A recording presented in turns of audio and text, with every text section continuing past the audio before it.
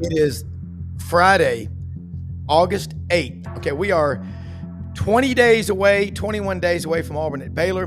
Rob Brown in Memphis, Brendan Martin in Ocala, home of Jake Slaughter. Apparently, my name is 87Y today.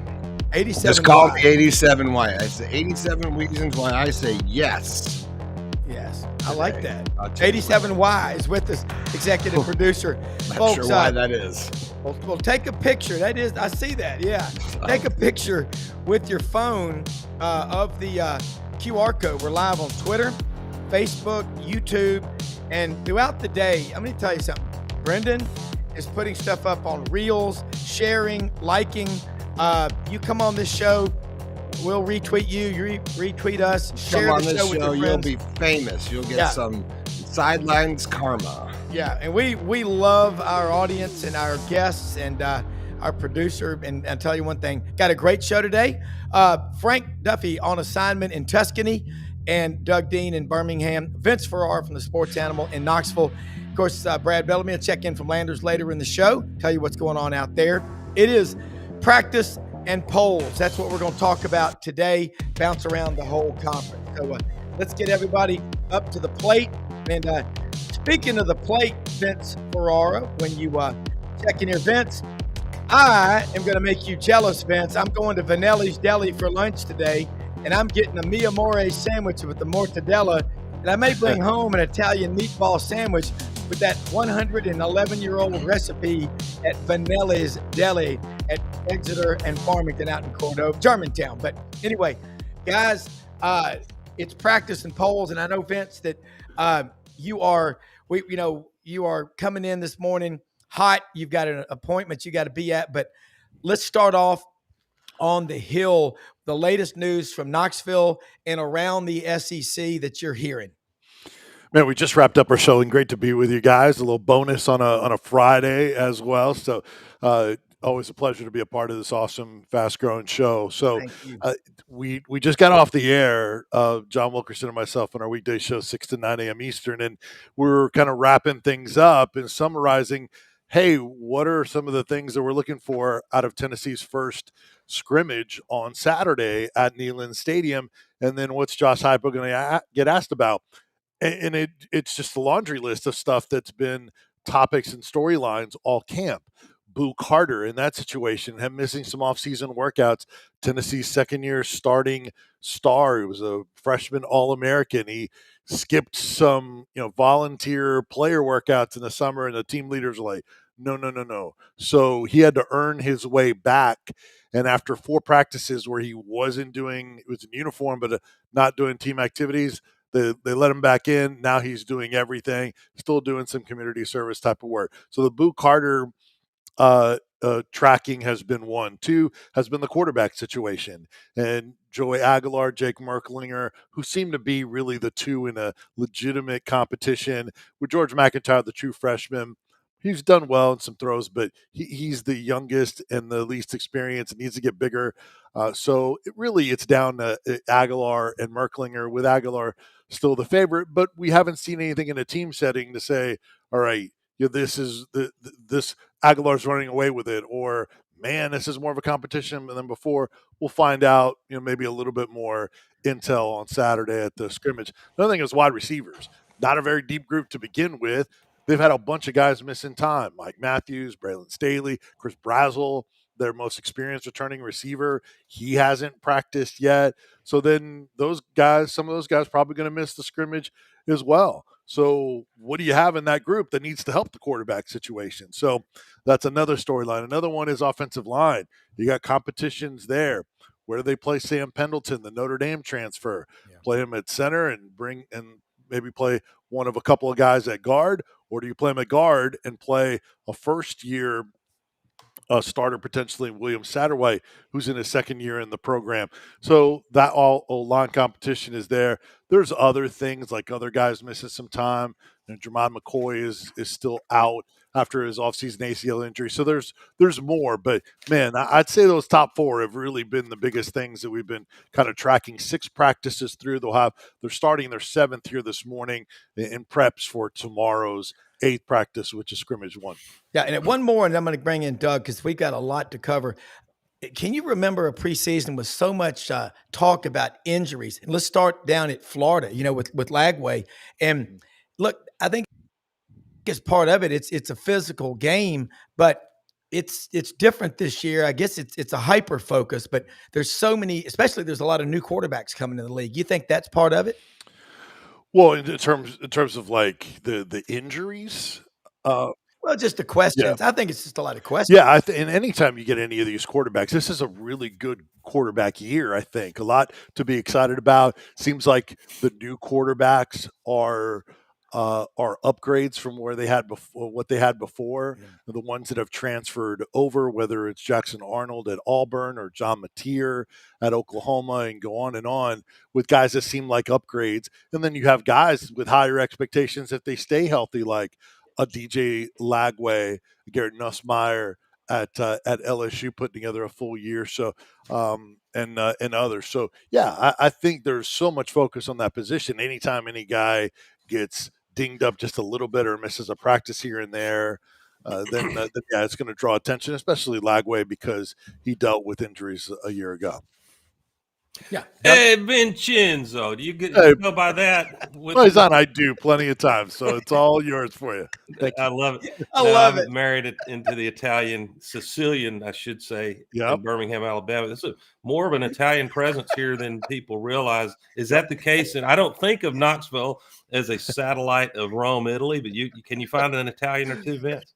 An Italian or two, but Yeah. yeah, we're not. It's not like Birmingham. It's certainly not like some other St. Louis. Memphis. Yeah, Memphis, St. Louis, a big. Yeah. Yeah, nothing like that. I'll get right to football, but I did want to mention I was in Italy a little over a month ago and got to sing for the daughter of dear friends of ours in this 1,000-year-old chapel in a month. So Wow. give me, if you limit me to one country to go spend a month, it's got to be Italy, and there's a lot of great ones, but it would be high on the list. Vince, everybody, as you well know, has, for I guess understandable reasons, has downgraded their how high they may be on Tennessee having a monster year. Mhm. But I look at people tend to just ignore schedules. And for my money, and we're talking about on paper, which is dangerous if you looked at what Vanderbilt swept the state of Alabama a year ago. And we all had that one on paper as a W, didn't we? We should have looked Yeah. more closely at Pavia.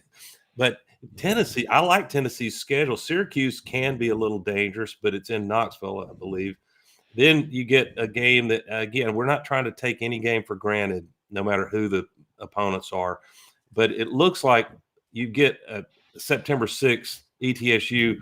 Then, and by game 3, since the Georgia comes to Knoxville, maybe Tennessee can be ready, because Kirby himself has said, yeah, they got talent, but it's not quite the same reload that we've seen from Kirby in his championship years necessarily. Then you get a UAB and Mississippi State on open date. So I think there's a decent chance that the worst case for Tennessee is a 4-1 start, and you might be Heupel might have it rolling by then. No, I agree with you. I think two reasons why you could make a case for Tennessee maybe to be better than what some of the preseason rankings are. I know we'll get to some of those, but it's schedule and defense. I don't think people realize, even though they lost a first-round pick and a second-round pick to the NFL draft, I don't think people realize just how good and deep and talented some of those up-and-coming guys are on that defense. And if Jermon McCoy comes back healthy at corner, he's a first-round pick next year. So they've got a really, really good defense. Will be one of the better units in the league, I think. And then you mentioned the schedule. I think in sizing up all the schedules in the league, I think they have the second easiest schedule in the Southeastern Conference. Yeah. So there's really no gauntlets per se. And then but you got to break streaks in order to have a special year. You got to break the streak at Florida. You got to break the streak at Alabama. And then their next two toughest games on paper are Georgia and Oklahoma, and they can't have a loss like they did against Arkansas last year. They typically, under Heupel, will lose a game they're not supposed to, but then maybe win a game that they're not supposed to. So if you do that, then you're in playoff contention, but probably just a little bit on the outside looking in. Except for a couple of games. Auburn and Tennessee have in common they both cannot dodge Georgia and Alabama. And what else is new, right? But I think Auburn might be right up there with Tennessee and having a manageable. You don't call any SEC schedule easy, but it's more manageable than it will be in 2026 for Auburn for sure. Yeah, and I like that term. Doug used one on the Auburn Undercover show the other day about coaches being authentic. Manageable is the best term because, 15 of the top 16 strength of schedules in America are in the SEC. The only one not there is Missouri coming in at number 20. Since 1990, we've only had one first-time ever national champion. You know who that was? Florida in 96. Okay. And it just, by the way, those The old gummies ball work. coach. Just got to tell you, they work. They work. You will sleep like an 8-year-old with no bills. And Rob, was 96 the year Spurrier dropped that tough one to FSU and came back to beat them in the championship? Yes. Gotcha. Yes. That's That was huge. Yeah, I should have asked Brendan. My bad. Yeah. I was sitting across the street in the hotel in New Orleans, ready to go to the Sugar Bowl. And when Jake the Snake came back for Arizona and had that great comeback win, and I ran out into the hallway. That's that old, I don't know the name of the hotel it is now. It's a Hilton or whatever it is, right across from the stadium. And everyone's teaming out and throwing like colors off the balconies from all the different levels. And that was a reaction from everybody in the hotel. It was something they'll never Brendan, I want to compliment your coach. This might be a topic if y'all have seen any of Any Given Saturday on SEC Net. Yeah, I watched it. You got to tip your hat to Billy Napier and the Florida Gators because they did not pull the cameras during the season when the world was caving in on Billy Napier. That was impressive. I don't think they're allowed to at that point. I mean, it's contractually. Contractually. But no, and there was a lot of fallout with that because everyone focused. I think they wanted to focus more on the comeback, right? And less of that. There's controversy with that too, Doug.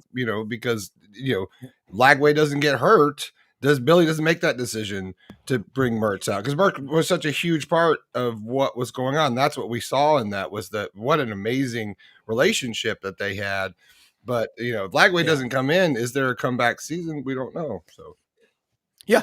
Well, I mean, those behind the scenes, unfiltered, I love that. I mean, and Vince, I don't know how much practice you've had a chance to, have you had Josh Heupel on the show, comes on in the morning. I know you get Danny White on regularly, but I think we're going to start seeing a shift to more openness. I mean, this Netflix series, Vince, is exactly what the doctor ordered for the fans at this time because we can make it another 20 days without losing our minds.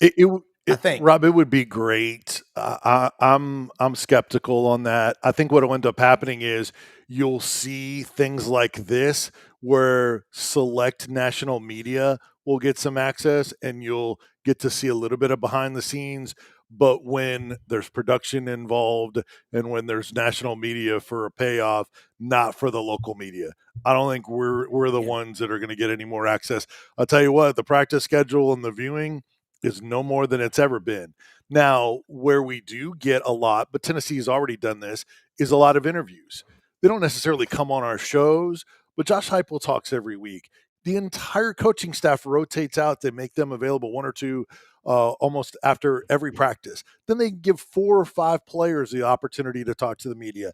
And freshmen get a chance to talk. So they give us a ton from that standpoint. So those are the bones that they're tossing us. But as far as viewing more or more behind the scenes access for local media, not happening. For ESPN, sure, we'll do a little bit more behind the scenes. Well, when we started this show and Brendan and I were looking out, Brendan made a great point. He said, drill down local. And that's what people want to see. You fly coast to coast. There's a lot in between, and you can get the flyby national media. It doesn't mean national guys aren't good. The ones that are really good, we bring them on the show whenever we can get them.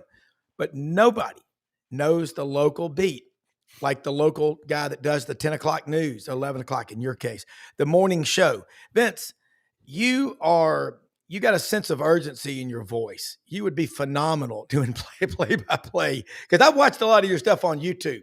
And Doug and Jim, Brendan, go do it. And you start looking, it's like you and John Wilkerson. I mean, that's fun. I got to say, heading into this season, the anticipation, you try to come up with a top six. I want to ask you, give me your top six, and then Doug. Don't have to be in any particular order. And then look at I've got two groups of five after that you can make a case for every one of them, at least making a bowl once you get past 11. Yeah, go ahead, Vince. No, go ahead, Doug. I was just going to say, yeah, absolutely true. And I think this we've talked about this year, especially in the SEC. I haven't really looked granularly at other conferences, but more than I can recall, if you look at the QB1 positions across the SEC, that portends more surprises with teams dropping losses that you didn't see coming, because QB mistakes in tight games can be, you get a pick six, that statistically, I believe that makes it go up to a 70% chance, even for an underdog, to pull the upset. So I'm interested to see early season. If you look at Georgia, this Kirby's quarterback he brought back, there's a lot of optimism about him. He's a tough Georgia kid, likes to run the ball, but there's no body of work, if you ask me. At Auburn, Jackson Arnold, there's a body of work, but it's mostly ugly from a year ago. How much can you rely on word coming out of fall camp? So Lagway and the kid at South Carolina helped me. Sellers. Yeah. And you can obviously Nussmeier at LSU. But after that, I mean, where's the proven commodity? So I think, and then I just saw, no surprise, but Arch Manning, or I think Archie has said that he is almost certain that Arch would be back, would forego the draft, no matter how the season goes, and be back for 2026. And so that must be, now do we have to, with NIL guys, do we have to start, coaches have to recruit quarterbacks who are not only 5 stars and elite, but happen to come from a family with generational wealth where they don't have to enter the draft? Because QBs for the NFL come out of crock pots, not microwaves, if you know what I mean. Yeah. Well, Vince, along the line of what Doug just said, Anwar Richardson, I love this guy, orangebloods.com, covers Texas really well. He's a Lakeland, Florida native, by the way. He used to cover the Lions in the NFL. He and Job have a lot in common, patience and suffering. But he said the matrix that the NFL is looking at now is you play 30 games in college. That's what they like. And that's, Doug's right about Manning. Yeah. So Vince. Yeah, I'm a believer in Arch Manning. So I don't know why Archie would come out and put that on Arch right now, because guess what? If he decides to come out, then people are going to be like, what happened? So yeah, and it's not the end of the world, but the most successful quarterbacks are the ones that have a ton of experience. The ones that flame out are the ones that are based on potential. I mean, look at Anthony Richardson at Florida. Yeah. He didn't have great stats, basically 1 year at Florida, and then had the unbelievable combine, and he has done very little in the NFL. So that baseline of 30 starts makes a ton of sense to me. And you have to, none of us are trying to be unkind. It's like heresy, isn't it, guys, to ever be critical of the Manning family? And they've earned that privilege with the results in life and sport that they've created. But we have to talk about the flip side of that coin, Vince. It's going to be uncomfortable for Steve Sarkisian if Arch unexpectedly, and I think it's unexpected, has a year he struggles this year. They lose to a rivalry game like Oklahoma, which I'm predicting. I think Oklahoma is a team. Why in the hell is the coaches poll? Do they not have Oklahoma at least at 24 or something like that, with Matif and the OC coming in? Yeah. Point being, if Arch has a year that does not bode well for entering the draft, somebody will still grab him because of his skill set and the name. But how does Sarkisian manage that when Arch says, I'm coming back in 2026, but there may be a question, what is his ceiling? So I'm just saying, I don't think that's likely at all, but that will be high drama in Austin, Texas, if it looks like, because they're going to sign great quarterbacks and they can go in the portal and get, plug and play quarterbacks. It might be will in a year will we be talking about Arch has to enter the draft after winning a national championship and the risk of injury a year later, or Arch comes back and does Texas really want him to come back? I think the former is about 70% likely. The latter is more like 10 or 20%. Well, and Doug, and guys, Steve Sarkisian already has experience at that, right? Arch Manning behind Quinn Ewers. Quinn Ewers shows some inconsistency. Everyone wants Arch Manning, so he's kind of dealt with that. And Good point. because appreciate it, and because it was Arch Manning and he wasn't rushing to the portal, he handled it well. It made it easier. You never know who that second guy, that follow-up guy might be, to where he maybe doesn't make it as comfortable on the back end for Steve Sarkisian. And then, the other thing is that, Texas has also had injuries on the offensive line. So what's going to be the supporting cast around him there as well? Oh, and another thing is, what if if he has a really good year, he's projected as a number 1 overall pick. When does a number 1 overall pick return to school? Now, I know the NIL is different, but not those kind of dollars and potential there. So that's another thing. But, yeah. And, what's overrated, sorry, Rob, if I walked on you, what can be overrated, we see it all the time, is great quarterbacks who win a Heisman or they're the number 1 overall pick. That usually goes together, like Cam Newton and Joe Burrow. But it's a curse to be the number 1 overall pick, because you go somewhere, you've got to play early, and it's dangerous playing early as a rookie in the NFL. Yeah, and think about this. Talk about the Manning name. Start watching it. I think it's Macaulay or Baylor over in Chattanooga. Marshall Manning, one of Peyton's sons, 8th grader, already getting the social media. And but golly, I still think if you can get at least 30 games in college, the NFL, I'd like to see the stat. We need to ask our man Dave Bartu, college football matrix. He'll be back on Monday, and we're going to have some fun. We're going to have Coach Ellis Johnson talking defense, Pete Cordelli, my friend, talking offense from 14 years of coaching with Lou Holtz, and then Dave Bartu is going to get pen and paper handy. But I'd like to see the number that shows quarterbacks who played less than 30 games in college as a starter and how well they do in the NFL.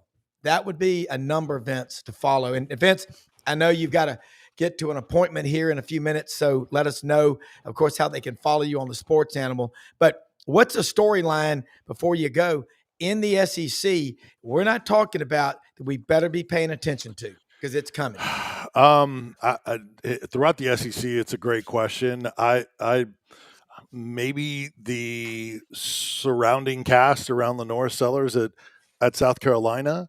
Not a whole lot has been talked about. They lost a lot.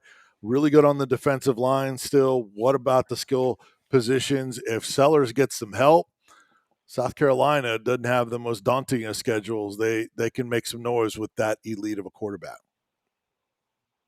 Good point. That is, and he came on last year hotter than a firecracker at the end of the season. And everybody remembers the run up the middle against. I want to take a flyer on Diego Pavia, and I don't know. I don't have the answer. I like the kid. God, I mean, there were a couple of points last season. I said, why did you make it so hard, Hugh? You could have signed Diego at Auburn and brought that OC in. But I know the reasons why. He believed that Thorne would turn the corner. But will this be a year where Pavia and Vanderbilt a little bit come back down to earth? I mean, they didn't win 10 games last year. No criticism. It's unbelievable what Clark Lee has done with their brand in the last couple of years. And by the way, in the Any Given Saturday, if true, this was coaching malpractice, but Clark Lee told his team pregame when they played Auburn that he overheard an Auburn coach saying, "They're still Vandy and we're still Auburn." That didn't work out so well.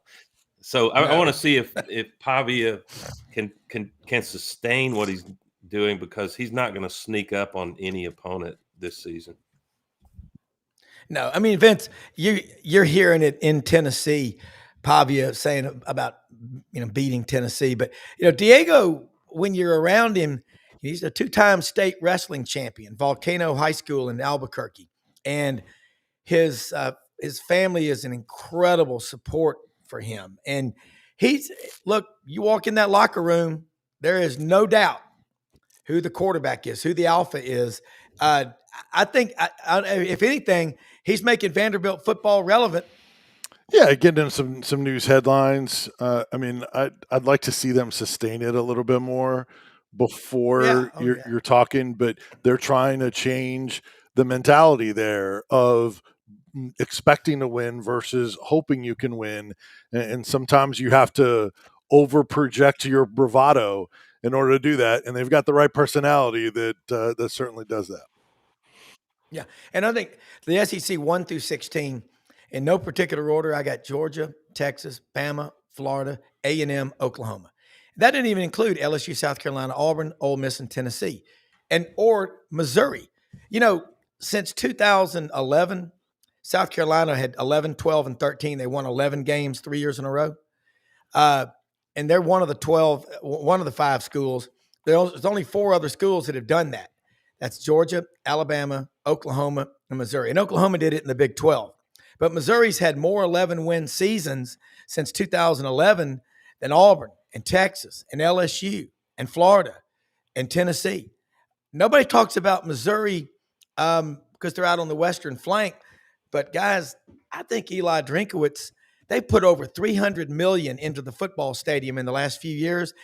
And, Brendan, didn't you say they've now got the Kroenke money coming in to Missouri? No, I don't. Yeah, watch out, well, folks. That's a lot of money, and we got to say goodbye to goodbye to Vince. Vince, thanks for coming out. Hope you feel better with the leg and stuff. Great hanging out, Vince. Thanks, guys. Go get some good Italian food from Mama. She loaded me up, so there's plenty in the freezer. We're gonna go. Well, that's a better cold day after. Day after is always the best. Thanks, Vince. Thanks, Be good, Vince. Go Thank Balls. you. I know. And so many things Vince, I wanted to ask him about the Balls because they're in an interesting position right now, and not a bad one, Doug and Rob, because if I'm in the SEC right now and I'm loaded like Tennessee and I've got all the things Tennessee does, it's nice to not be in the limelight right now. You don't want to be locker room talk right now, wouldn't you think? Yeah, everybody's counting on their start, which is silly to even say with that Vol logo. They've had a storied history like a lot of the SEC, but I know there the upper echelon of SEC teams are looking at Tennessee, and fans, at least, maybe not coaches, are writing a W there. Very dangerous, especially if you're going into Neyland Stadium. Oh man, that's a tough place to play. Well, now this year Tennessee goes back to the Swamp. They won there in 2001 when that game was moved from September 15th to December 2nd or 3rd, and then they won again in 2003. But it's been 22 years ago since they were in the Swamp. Not last year. No, yeah, was it last year? Yeah, no, it was 2 years ago in 23, and it was which year is this for Heupel? I remember 5. All right, so I was going to ask Vince. Yeah. We can do it later. I bet both of y'all can give the answer that close to what he would give. My question is, if you make a best, there hadn't been an official poll with a valid sample of Vol Nation, but what is the support or confidence level on a scale of 1 to 10, 10 being renew his contract, extend his contract with Coach Heupel? I think it's a 9.5. Don't y'all? I mean, now they're probably saying, all right, year 5, start winning the SEC. That's the expectation level at what, 7 or 8 SEC programs. Do y'all agree that it's really high among the Vol fans? Yeah. Yes. And Tennessee hadn't won the SEC since they won back-to-back 97 and 98. Of course, they played for the championship in 01, 04, 07. They've been there, but since Phil Fulmer was pushed out after 08, and when David Cutcliffe left, that was the beginning of the playing slip, Alabama is the problem. Yeah. I mean, lost 15 in a row to Alabama. And I think that Tennessee fans are always going to be confident because they've got a massive fan base and they've got incredible tradition. They're one of the 9th or 10th winningest program in all time. But you go to the Swamp, it's here's it's the almost record, Rob. a guaranteed And here's loss. the record Yeah. of Florida, Tennessee over Yeah. the years. You can see. Yeah. You're right. Last year, I was at the game the year before. We talked a lot about the criticism of Napier's play calling in the second half, how he let up the gas a little bit, and then they went into McNeese State and they couldn't score a touchdown the next week. But interesting. It's never a non-game for the University of Florida. That is always something that you get up for Tennessee. That's a rival, no question. Yeah, and I mean, you play in the SEC, Doug and Brendan. You look at Georgia right now. Kirby Smart's trying to gin up support that we don't get any respect. We're getting disrespected. I guess you got to do something when you're winning like Georgia is to keep your players focused. But Doug, spur your one-on-one right there. Talk smack. Even you got to get the focus off of what you're doing. So you got to have a reason to play. Yeah, complacency will take you out quicker than anything. I'll encourage y'all, and maybe you already have, but it's my homework for a week from now. I've had, for reasons that people that follow Auburn can fully understand, I probably spent inordinate time researching and analyzing and getting word coming out of fall camp about the Auburn offense, because the inability to score in the red zone, the inability against quality SEC opponents to get past 24 points was Hugh's undoing a year ago.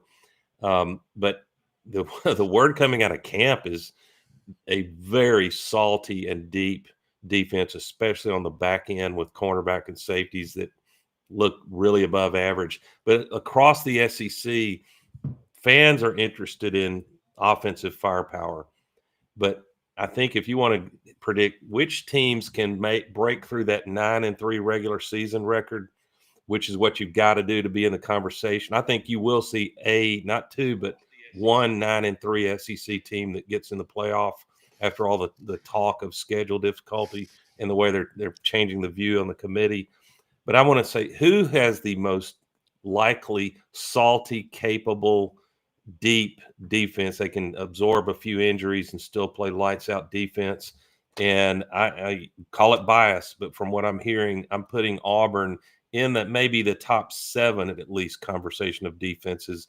And by October, there may be a different evaluation of all that. But have y'all looked at which teams look like they're going to be able to get stops and cause turnovers defensively? I mean, A&M will, because Mike Elko's the head coach. I like DJ Durkin. I like Ron Roberts. The words out of my mouth. Let's just say the same thing at A&M. Yeah, Mike.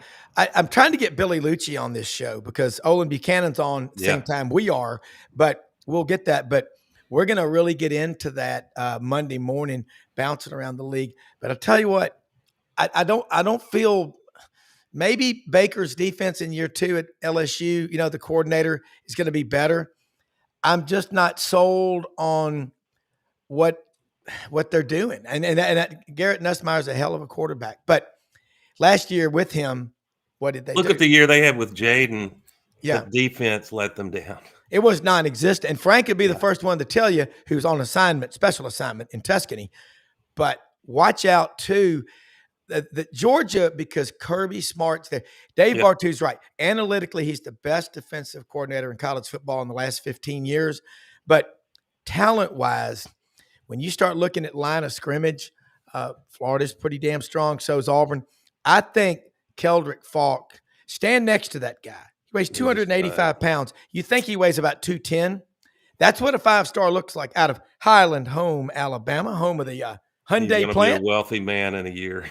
he and his little brother's on the team now. But JJ. Yeah. I think I'm not sold that Alabama's defense is great. They look like they'll be better this year, but Womack underwhelmed me in his first year. And they're fans, not just me. They got the players. Yeah, their blue chip ratios at the top of the pack, isn't it? Yeah. Well, it's 87%, 88% 4 and 5 stars on that roster. Auburn's at 11 now at 64. You put that out in the dose. And to be fair to Bama, and I mean, they'll be favored in, I bet. They may not be favored going to Georgia. You agree with that? Might be a pick 'em or something like that. I think they won't. But I think they will. Georgia not. by a couple, maybe. Yeah, I think that could be the line. But Well, man, I don't care who the successor coach is. Saban was so incredible at attention to detail and demanding mastery of the defensive assignments and knowing what to call for a particular opponent. That's just, you don't lose that kind of defensive IQ and not have any impact. And if Womack looks like a Saban defense, not that the schemes have to be the same, they won't, then he should be a candidate for coordinator of the year. But I agree with you. I think if I'm a Bama fan, you're going to watch Ty Simpson. What can he do? Is he an improvement overall from Milroe? But the real question I have as a fan for Alabama is, can that defense take the next step to not have a game happen like at Oklahoma? Yeah. Well, what you look at with Alabama is Ty Simpson going to be another Mac Jones. Max has started in like 4 games prior to the 20 season. Then he just went crazy when he got the starting position. Well, now, Doug, I've done some research while we were talking, and I went to old Grok here on Twitter, or excuse me, X, Super Grok, by the way, Grok 4, the super. It has compiled defensively some power rankings for us because we don't get any preseason power rankings for defense, which I thought was pretty interesting. But based on the compilation of preseason analysis from multiple sources, including position breakdowns, defensive line, linebackers, and defensive backs, here's the power rankings of the 16 defensive heading into 2025 football season. Number 1, Alabama. Yep. Number 2, Texas. 3, ahead of Georgia. 3, Georgia. 4, Oklahoma.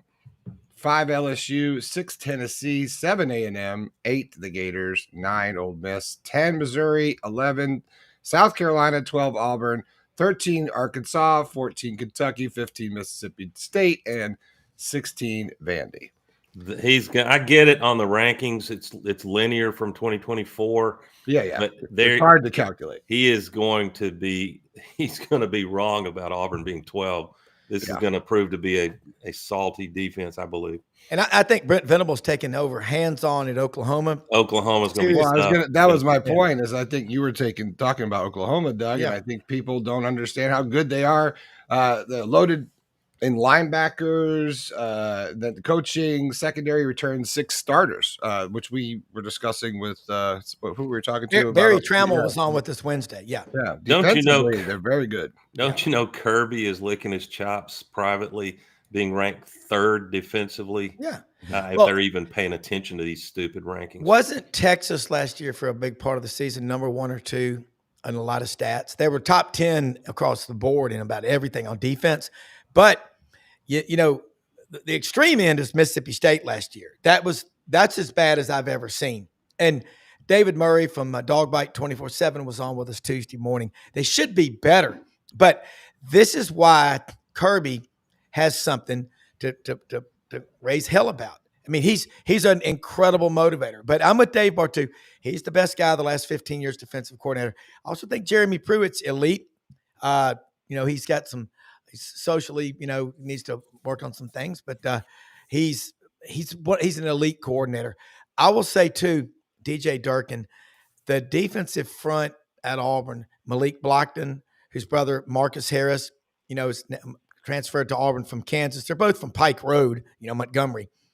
I would watch out Malik Autry, that true freshman. Jordan Crawford out of Parker in Birmingham. He's going to play. It's an absolute. How does this happen from a high school? It must be genetic as much as anything. But reports are that a true freshman, Jordan Crawford, is the strongest player on Auburn's team before he's even been fully matured in the strength and conditioning program. Because he's like Carl Lawson out of Milton High School in Alpharetta, state powerlifting champion. And I was talking to Ellis Johnson about Carl Lawson a couple of days ago off the show. He said, I'd never seen one like that. Not like that, coming in, who was physically developed. And that's Jordan Crawford is a lineman. I mean, he's a defensive tackle. 6 foot. Yeah. Compact, but 330, and that's 330 mostly muscle. Wait till he's had a year in the program. Who's the great defensive tackle for the Rams? Arnold. That's so good. That's what maybe he's like that. I mean, not real tall, but You know hard what to else run against. we're seeing is that you are not going to see a D lineman get 40 plus snaps in a game anymore. If you're seeing that, they got a problem in the fourth quarter. So what I love what Durkin's doing, all the coaches are striving for, is to ask their D linemen to give them 15, max of 20 snaps, but every one of those, there's no taking a down off. You're bringing the heat every play. Well, Max Howell's always said 38's the number. He said that 30 years ago, and Coach will be on with us next week about that. I got a good question here from Blind Squirrel Sports. Do y'all have any thoughts on Mike Bobo saying Georgia had a lot of slow starts offensively due to a conservative approach last season? And will this be a recurring issue for my Dogs in 25? What Georgia's done a lot under Kirby is get out 21, 28, nothing in the first half and just suffocate you in the second half. I don't think that's anything different. And Bobo's the most criticized coach around, but look at the record with him. He was there 14 years with Mark Richt. The year he left, 2015, Mark Richt wasn't back the next year. He went out to Colorado State, to Fort Collins. Brendan's been there probably, where the Rams play. I've been there. Yeah. I went to the bit school down the road, University of Northern Colorado. We used to go up there all the time. Are they the Miners? No, that's the smart kids up there, and I don't know the name of the School of Mines. You're one of the smart kids. I'll say that. No, yeah, I was one of the partying kids up at the bit school. I bet if you could do a focus group or a poll of the more engaged, very high IQ Georgia football fans, and there's plenty of those, about Mike Bobo, my sense is that about 70% would say we can do better. It's not that they would hate him, and he's done some incredible things there, and it's always difficult when it's one of your favorite sons that played and had some of the big moments as a player that he did. Yeah. I have personally, just watching his body of work, I don't include Mike Bobo in my list of top 10 elite offensive gurus. That doesn't mean you can't win championships with him, but he does. I've seen him do some mystifying things when he had his time at Auburn. Granted, he didn't have great players to work with like he would at Georgia, but if you look at how the money Georgia's got and the talent they're always going to deploy that can make you look really smart as an OC, I've always been puzzled why Kirby wouldn't do as Saban did, which is go out and buy the hottest current coordinator out there if it fits your system. I don't understand why they don't. One thing, Kirby's extremely loyal to his teammates and to people. But no, I don't put Bobo in the elite, but when you got talent like Georgia does, that overcomes it's like landscaping. It should be 25% of a home's value. It can overcome a lot of architectural sins if you got good landscaping. So you think about other teams in the SEC. Again, I go back to Missouri. Eli, he finds a way to get it done. I mean, I think the worst season for Missouri this year is 8 wins, 9 wins. Something goes their way. Prebula, the quarterback, transfer from Penn State. Eli has got something going on at Missouri. Again, Barry Trammell talked about in the 70s when Warren Powers was there. Remember, Missouri would play anybody. And that's another topic about the games. But we get into this opening weekend, Doug. Yeah. There's so many great matchups. I'm going to Atlanta. I'm going to South Carolina, Virginia Tech on Sunday, and I'm going to Syracuse, Tennessee on Saturday because I'm going to be in Atlanta, and it's college football, and Gary Stokan will be there. Hey, well, that's what I was going to ask you guys, Doug. Let's talk about this. It's the name of our show, and Brad Bellamy's coming in. He had perfect timing here. Let's talk about why this is going to be one of the greatest opening weekends in college football history. It is on fire. It is on fire. Brad Bellamy, welcome to the program. Brad's on fire. Brad's on fire. Good morning, guys. Good morning. Football's coming, Brad. Man, you got Rob. You got a fresh fade going on. Too. Hey, listen here. Let me tell you something. He gives himself his own haircut. Let me tell you what we're doing. Bowl cut. Hey, listen. What we're doing here, we got to get into it. Landers Ford, man. Houston Levy and Poplar. It's where Memphis and Collierville and Germantown come together. Tell people real quick, if you're looking to get in a vehicle, it's easy to come out there. You're very easy to talk to. I've seen you help people. You've spent 30 minutes. You spent 8 hours. I got to tell you and vouch for you. Not only are you the general manager at Landers, but what you do locally. And I'm going to be with a couple of CBHS people today at lunch at Vanelli's Deli. And one of them is one of the football coaches. Tom Nick Stadium, Landers Field. Y'all are everywhere.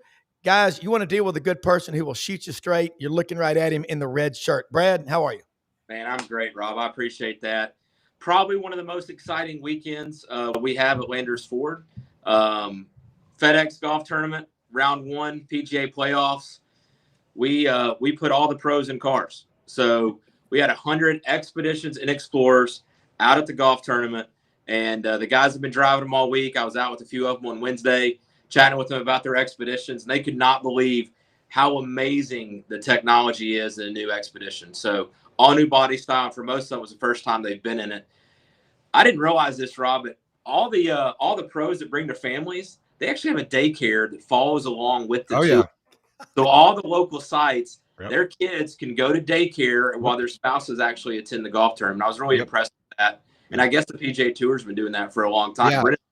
Well, I used to caddy at Castle Pines. My dad was where they, now they have the BMWs there, I think. Anyway, but when it was the International, Buddy was the media director, and so there's a whole group of back then, a group of gals that were wives then, and they put together a very professional day-to-day things to do. And your vehicles, Brad, are oftentimes what they use to go drive out, right? And they go to like, hey, we're going to do water sliding or for the kids, and then we have horseback riding later in the day, and they have a whole thing for the family. It's really cool. And they get you guys give the fleet vehicles. It's a great way for you all to get your product out there. Yeah, and they're all badged as official tournament vehicles. And so the really cool thing about it is they come back next week, and we got them all demo price. We're selling them all this year at supplier X-Plan pricing, and all rebates apply to it. So the Expeditions that we haven't been discounting, and we finished 8th in the country in Expedition sales in June. They're super hot. We're really excited about it. 100 vehicles coming back Monday. And 99, Brad. Coming week. One's coming to me. Do what? One of those Expeditions coming to my house. I mean, which one do you want? Go on our website. We got them any of them on our website with the pricing. And now's the time to come in this weekend, though, because you can tag it and have it ready to go when they get here, and you get your best selection. So we got all the window stickers on the board.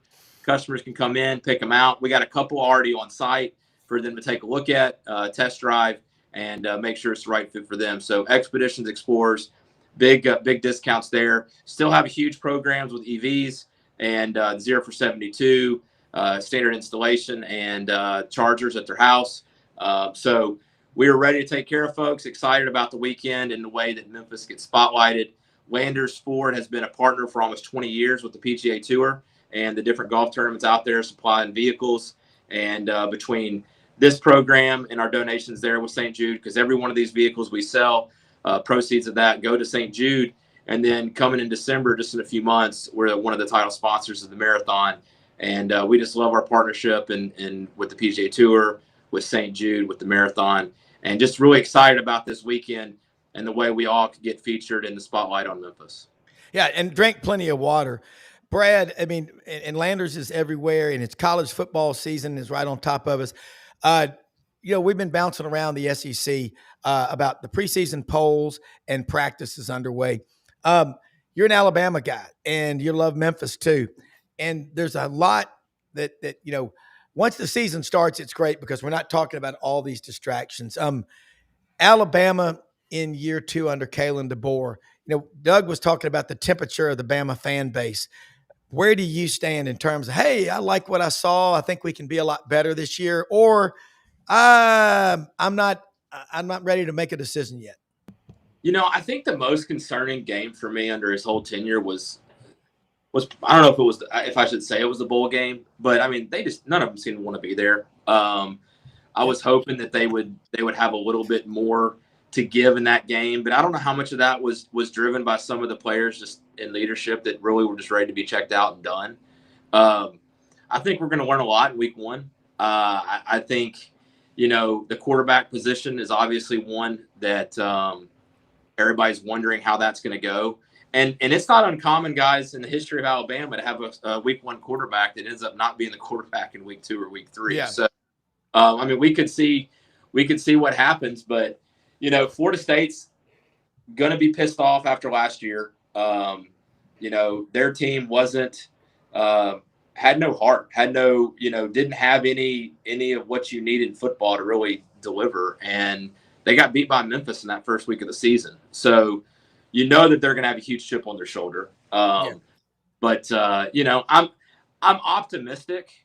There's no one in the SEC to me that's leaps and bounds above everybody else this year. I think the transfer portal has really brought the elite teams down, and so I think that I think it's going to be the same things we had last year. Any given Saturday, if your team doesn't show up, they can lose, and it doesn't matter if you're playing against Vanderbilt. I think the only bye week everybody looks at this year right now is Mississippi State. I think that's the team that seems to be below on the echelon of where everything is. And then, if you can win, they're not that bad. I mean, if you look at them in the rest of the college football lineup, they're not all that bad. There's a lot worse teams out there. You can't ignore them. You game can't. week, right? Yeah. Brad, everybody appreciates your football knowledge, not just your auto industry knowledge. And it's a big weekend for Memphis. I'm proud for you guys. I heard Greg McElroy say, and I thought it was astute, and he was speaking to Bama Nation mostly, but he said that this is really the year that most counts when you're assessing Kalen DeBoer. It just was going to be difficult because of the short timetable when Coach Saban retired, and a lot of factors that even if there were more time to prepare, that was set up to be kind of a challenging year. And yet Alabama's sitting there 9-3, and a lot of people believe 3 SEC teams, including Bama, should have been considered more for the playoff, 12-team playoff. Does Coach DeBoer, you hate to say put burdens on coaches because you got to see how the games actually went. Does the average Bama fan believe make the 12-team playoff is the minimum standard in 25? Has to be. Yeah. I mean, I think if you don't make the playoff with the budget, with the talent, but the coaching pedigree he has. I mean, year 1 Washington wasn't great. Year 2, wasn't it year 2 he's in the playoff? Is that right? His timeline? Year 2. 25-3 in 2 years. Yeah, I think that's the standard. It has to be the playoffs with 12 teams. It was the standard before it went to 12 teams. The standard, if you didn't make the playoffs even with Saban, it was a failed year. If Alabama's playing in a bowl game that doesn't say quarterfinals or semifinals of the playoffs, it's not a good season. And quite frankly, it's the same thing for Georgia. It's the same thing for Texas. It's the same thing for Ohio State. There's a lot of programs now. That's the standard. And if your team doesn't get there after a couple of years, the coach is going to be gone. Well, I think you got. But it's fine to be 10-2 regular season, right? Who cares? Yeah, but 10-2 regular season in the SEC is in the playoffs. Yeah, there's no team in the SEC if they have 2 losses won't make the playoffs because true or false. We are never going to have. Well, let's say in 10 years, there's not going to be an undefeated regular season SEC team. I would say false. You think there will be one? Yeah, I think false. Yeah, I think. Could have happened. I think false. I think that we've seen it too much in college football where teams are able to figure things out and rise to the top. You're giving me 10 years, I'm going to say false. Yeah. You give me 3 years, I might say true. But there won't be 5 of them. Do you agree? Oh, 100%. No. Yeah. God, no. Yeah, I think that there's a realistic chance that you could have an undefeated Big Ten team and an undefeated SEC team, year in, year out. But the schedule. When you look at that Alabama 2009 and LSU 2019, I'm not even going to add Auburn 2010. I think I'm looking at Texas. Yeah, they're those caliber of teams. Nobody catches up with them all season. Well, and the unbalanced schedules, right? Because you might have 1 year right now where the schedule really is in your favor, and then the next year it's like, how are we going to get to 6 and 6? So that's the other factor. And as long as we have teams that set themselves up with big matchups in week 1, week 2, week 3, I think that actually could help answer you might have a lost non-conference, but then win, be undefeated in your conference schedule because you got that loss out of the way. I mean, that's the Yeah. I mean, if you're gonna lose early, right? Yeah. Ohio lose to Michigan last year. I don't know if they're national champs. Yeah. Well, what I'd like to see happen is Kalani Sitake, the head coach at BYU, said at Big 12 Media Days, we talked about it Wednesday with Barry Trammell. He goes, we got 9 conference games. How about our 3 non-conference games, one against the Big 10, one against the SEC, one against the ACC. You go to a 16-team playoff, you're going to have a 9-3 team in the playoffs, so you can go play that kind of schedule. The fans, I mean, I'm with Barry Trammell. It's malpractice. It's a waste. I hate to say this, but divide it up like Jackie Sherrill says. Take the top 65, including Notre Dame, let them have their national championship. Take the other 68 or 69, whatever it is. NIT. And yeah, well, it's not NIT. It'll still matter, but it's going to come to that because we've got to figure something out. But we only got a couple of minutes left, but I just know this much. This opening weekend, I'm going to Atlanta. I'm going to be at those games. Tony Barnhart will be here, a week from Monday to kick off the Touchdown Club. This is the best time of the year. And the conversation about Bama, you're right, the standard. Just because they say it, they back it up, Doug. And Nick Saban, the Nick Saban coaching tree, because Saban dominates the airwaves even after retiring, because he's on game day and he's such a force as a person or persona. The coaching tree in the SEC alone, Sarkisian, Kirby, Napier, right? He was under Saban, and Dabo. Kiffin. And some of these guys would say, yeah, I coached for Saban, but I didn't learn everything I know from Nick. But they won't say that because that shaped who they are as a coach. But which of those proteges rise to the top? I mean, Sark has the best chance, I guess.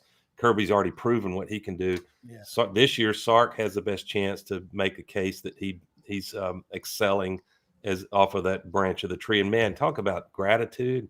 Sarkisian was in the dumpster, and how generous of Saban to literally rehab him and get him back to where he is now. An impressive guy. And I'm interested too to follow how Kirby tries to return Georgia to prominence, because he was assumed to be the next dynasty program, and there's a few teams trying to stake a claim on that already. Well, the Georgia-Bama game this year is so big because Georgia's 1-9 in the last 10 against Bama, and so I there's so many storylines. Georgia's not alone. Exactly. I wanted to say really fast. When do we start measuring how good a coach is? What year? What year are they good? Because it's like, I've been through a few coaches down here. It's like, well, they had so-and-so's recruiting class and so-and-so's what year is it their year? That's year 4 or 5. Yeah. Last week 3, Billy Napier wasn't surviving week 4. And then all of a sudden. Yeah, all of a sudden, yeah. And you're right. I mean, I was going to say that the Sarkisian story is only one of many of guys that Saban redeemed, right? Like guys that had a bump in the road, guys that had a struggle. They were head coach. They came back down. Bill O'Brien came in after his stint. I mean, you had Kiffin that came in, Sark that came in, some other guys that I probably don't even know their backstories that he brought in. They learned some stuff and then kind of resurrected their careers. So, it's and it will continue. We will continue to see some of these guys that maybe were assistants that we didn't hear much about then, that 10 years down the road, you're looking at a Alabama national championship 2020, and you're seeing the 7 guys in pictures and formats because they're all head coaches somewhere. Well, when you hear, how funny is it when you hear Nick Saban, you see him with that intent, that ferocious intensity, screaming at a coach or player for us to be talking about, which is also true. 2 things can be true. Nick Saban, the humanitarian, restoring people from the ditch, recreating their career. And he's done exactly that. Yeah. Give him credit. He has. He's holding at Ole Miss is a cool one. I mean, he is a humanitarian. He's a winning humanitarian, Brad. Hey, get out to Landers Ford and Hewlett and Dunn. Get you some of those lights out gummies. We got a great show coming up. Most often we see the face of Christ in the least among us. We're the most blessed people in the world. Find excuses to win, folks. Have a great weekend. Thanks for watching, everybody. See you, John. Thank you. Good night, John Boy. Say good night. Say good night, Gracie. Say good night for you. Good night, John Boy. Good night, Mr. Chairman of the board. See y'all. See ya.